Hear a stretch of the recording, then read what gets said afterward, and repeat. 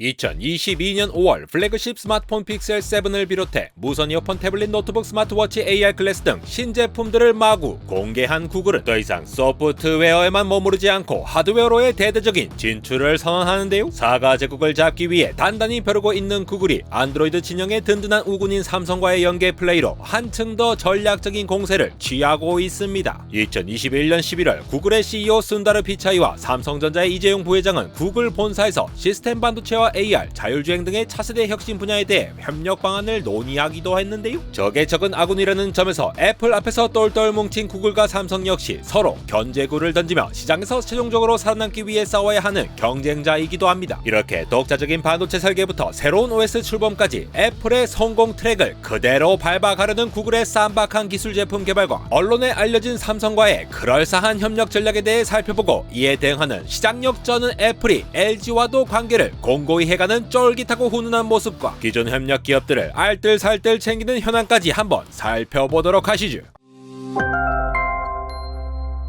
애플이 아이폰으로 세상을 뒤집던 2007년, 구글은 이를 대응할 방안에 대해 빠르게 검토하고 있었는데요. 구글의 안드로이드 OS를 탑재한 2009년부터 시작된 삼성의 갤럭시 스마트폰 시리즈는 현재 갤럭시 S22까지 출시하며 애플에 대응하는 안드로이드 폰의 선봉장이 되었죠. 팥 없는 붕어빵이 밍밍하고 밀가루 덩어리로 느껴지듯이 안드로이드 없는 갤럭시는 이제 상상하기 힘든데요. 갤럭시뿐만 아니라 안드로이드의 레퍼런스 스마트폰인 넥서스 S나 갤럭시 넥서스의 제조를 삼성이 맡으며 이 제품들의 삼성전자 AP 칩인 엑시노스를 탑재하기도 하고 구글과 공동으로 넥서스 10과 같은 태블릿을 개발하기도 하였죠. 애플이 자체 개발한 A나 M 시리즈 칩들처럼 최근 구글 역시 SoC 자체 설계를 본격적으로 선언하면서 이전까지 구글의 스마트폰 픽셀 시리즈에서 쓰던 퀄컴의 스냅드래곤 칩 대신 구글에서 자체 개발한 AP 칩 텐서 칩을 픽셀 6부터 사용하게 되는데요. 바로 이 텐서 칩의 설계와 개발 과정에서부터 삼성과 긴밀한 협력과 함께 칩을 제조하는 것 역시 삼성이 맡는다고 알려지게 됩니다. 2022년 6월부터 삼성전자가 2세대 텐서를 양산하기 시작해 10월 출시 예정인 구글의 스마트폰 픽셀 7에 탑재될 예정이라고 하는데요. 이렇게 구글은 수년간 준비한 CPU나 메모리 소자, 디지털 신호 처리 소자 등의 주요 반도체 소자를 하나의 칩으로 구현하는 시스템 온 칩 프로젝트, 이른바 화이트 체프를 통해 텐서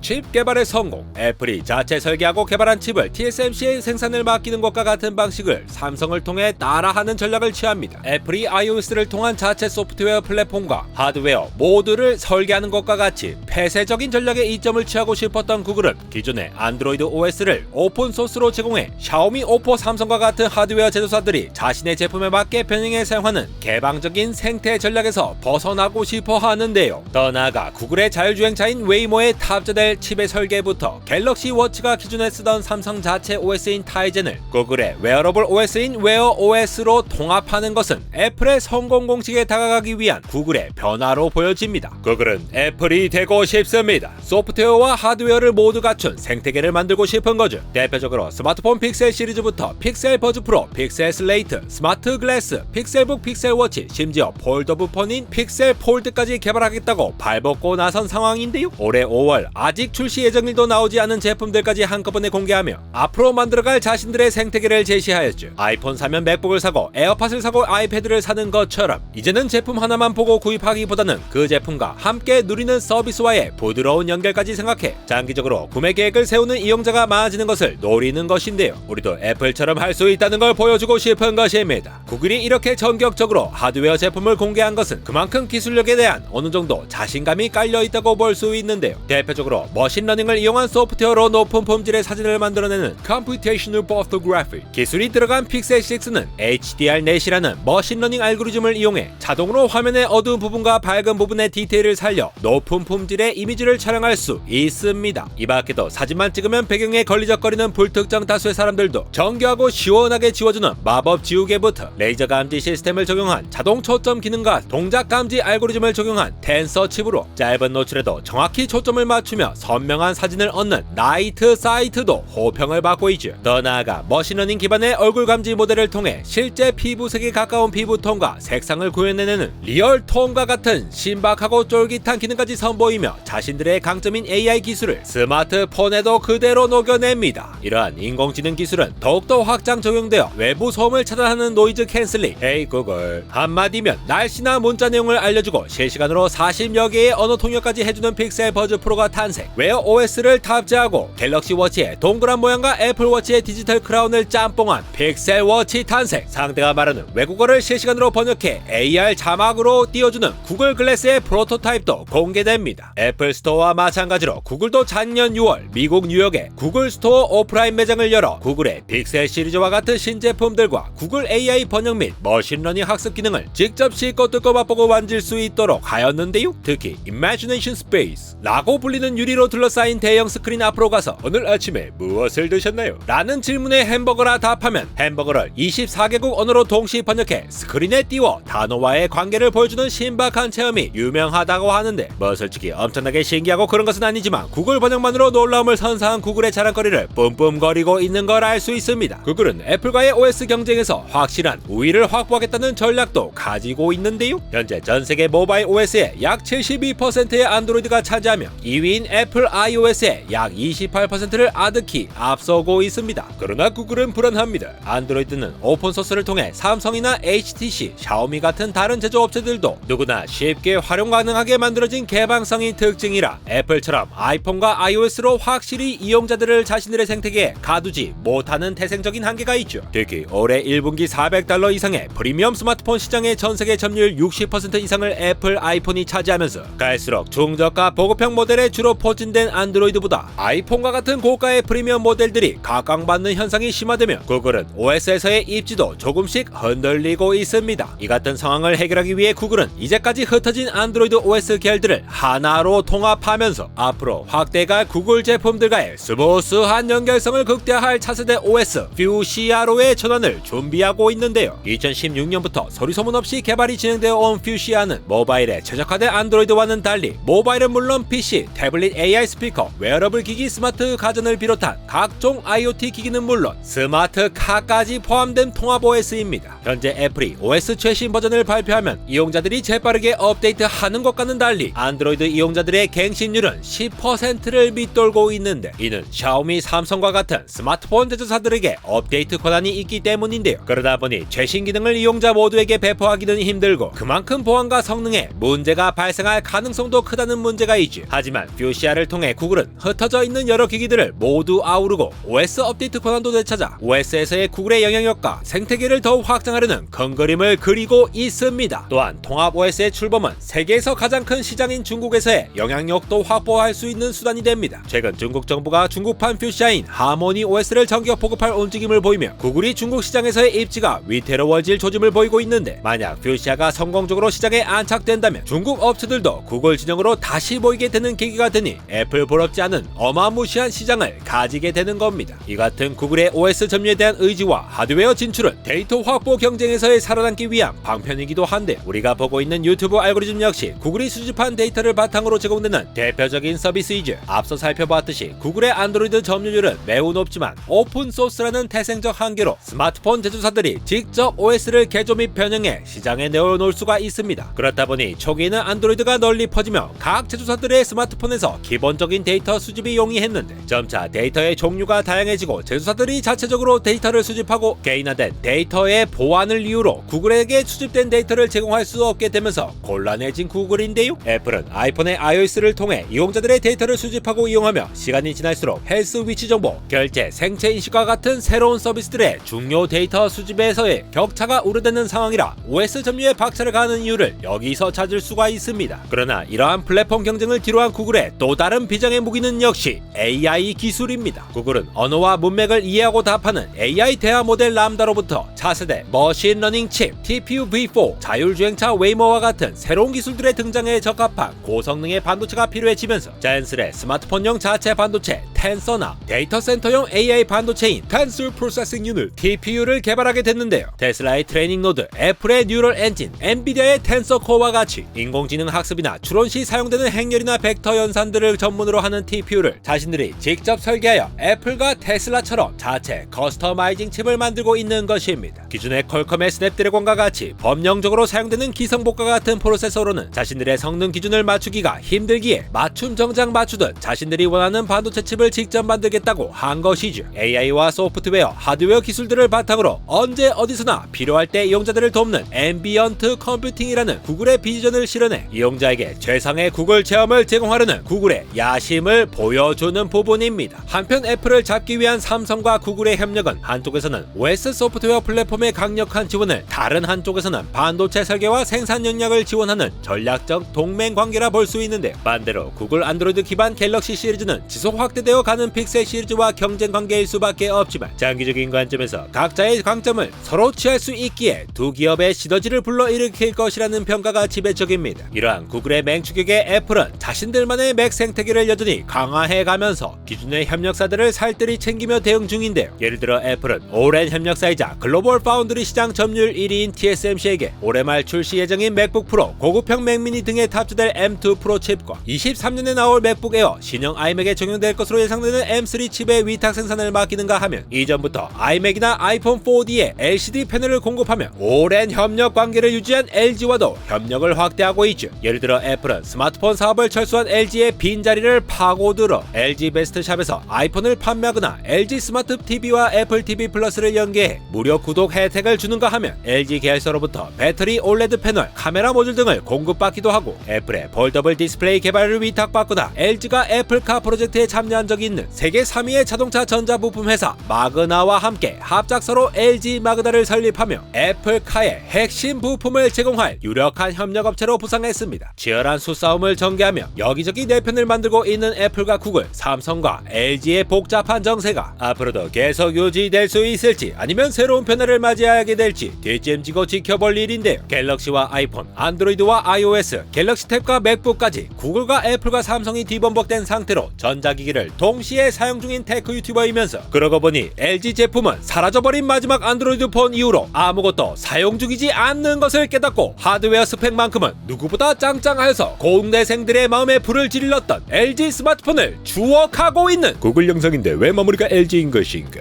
안달공화 에러였습니다.